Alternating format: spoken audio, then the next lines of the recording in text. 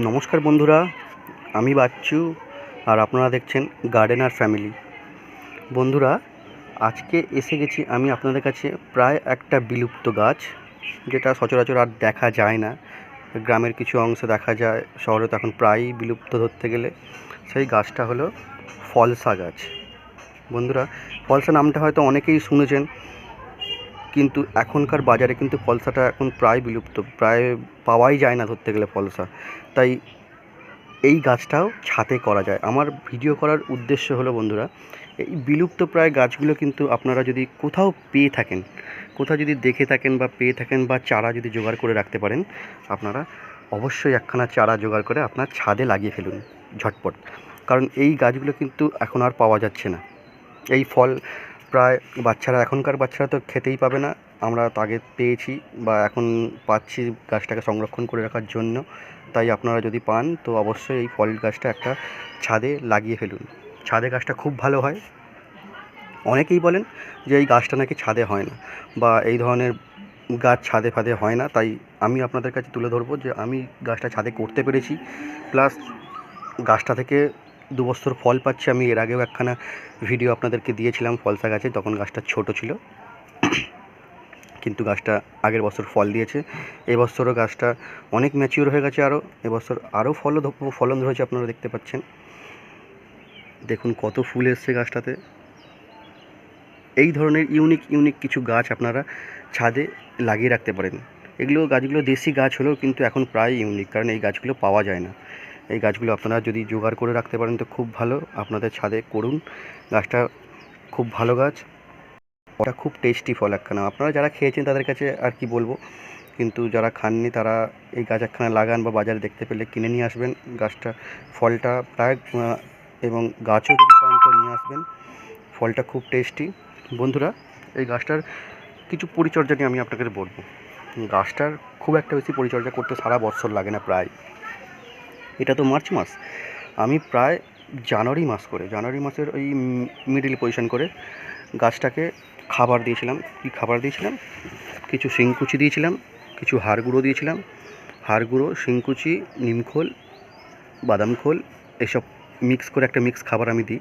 সেই মিক্স খাবারটা আমি, হ্যাঁ, তার সঙ্গে সর্ষে খোল ছিল, আর একটু মাইক্রোনিউট্রিয়েন্ট ছিল, সিউইড যে গ্র্যানুয়াল পাওয়া যায়, ওই সিউইড গ্র্যানুয়াল ছিল। সব কিছু মিলিয়ে মাইক্রোনিউট্রিয়েন্ট এসব মিক্স খাবার আমি একখানা গাছে দিয়েছিলাম।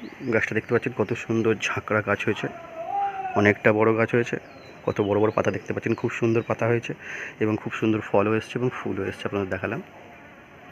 তাই ওই মিক্স খাবারটা দিয়েছিলাম আজ থেকে 2 মাস সম্ভবত আগে। তা মিক্স খাবারটা দিয়ে 3-15 ভালো করে গাছটাকে গোড়ায় পরিচর্যা করি, ঠিকঠাক জল দিয়ে রাখার জন্য। জল টল যেন ঠিকঠাক থাকে, যাতে খাবারটা গাছের গোড়ায় নিতে পারে। একদম শুকিয়ে গেলে তো খাবারটা নিতে পারবে না, তাই খাবারটা যাতে নিতে পারে সেই ধরনের গাছের গোড়াটা ময়েশ্চার রেখেছিলাম। এইবার 15 করবার পর বা মাসখানেক করবার পর ওটাকে প্রায় জল দেওয়া বন্ধ করে দিয়েছিলাম গাছটাকে। মানে খুব দরকার না হলে, গাছটির পাতা একটু ঝিমিয়ে না গেলে জল দিতাম না গাছটাকে। কারণ ফুলের সময় আসছে, ফলের সময় আসছে। তাই যখন ফলের সময় আসবে, একটা কথা মনে রাখবেন যে কোনো গাছে যদি আপনি জানেন বা বুঝতে পারেন যে গাছটার ফলের সময় এই মাসে ফুল আসে, গাছটাকে 1-1.5 মাস আগে থেকে একটু স্ট্রেস দেবেন। এটা একটা গোল্ডেন টিপস যাকে বলে। আপনি যদি প্রপার পরিচর্যা বা ফুল পরিচর্যা, মানে খুব ভালো পরিচর্যা করে ফেলেন না, অতিরিক্ত যত্ন করে ফেলেন, তার কিন্তু আর ফুল আসবে না, ফলও আসবে না। ওই মাসেও ফুল আসবে না, ফল আসবে না। যেটা ওই মাসে ফুল আসবার কথা ছিল কিন্তু আসবে না গাছে। কিন্তু যদি আপনি স্ট্রেস দিয়ে রাখেন 1 মাস আগে থেকে, তাহলে দেখবেন আপনার গাছে অনেক ফুল আসবে, ফুল আসার প্রবণতা আরও বেশি বেড়ে যাবে। তাই এই ধরনের আমি পরিচর্যা করেছিলাম, করতে এখন গাছে ফুল ভরে গেছে, ফলও ভরে গেছে। এর ম্যাচিওর ফল আপনাদের দেখাবো, তখন একটা ভিডিও করব আপনাদেরকে।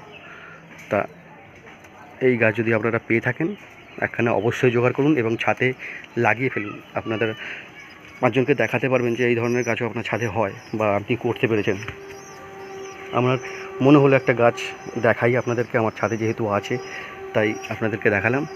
ভালো লাগলে আপনিও একটা জোগাড় করবেন, একটা ছাদে লাগিয়ে ফেলবেন। ধন্যবাদ বন্ধুরা, এই ভিডিওটা আপনাদেরকে তুলে ধরলাম আমার ছাদের একটা নতুন গাছ। যদিও নতুন নয় বলবো না, এটা আমার গাছের সবচেয়ে প্রথম গাছ। ততক্ষণ ঠিক আছে, ততক্ষণ ভালো থাকবেন।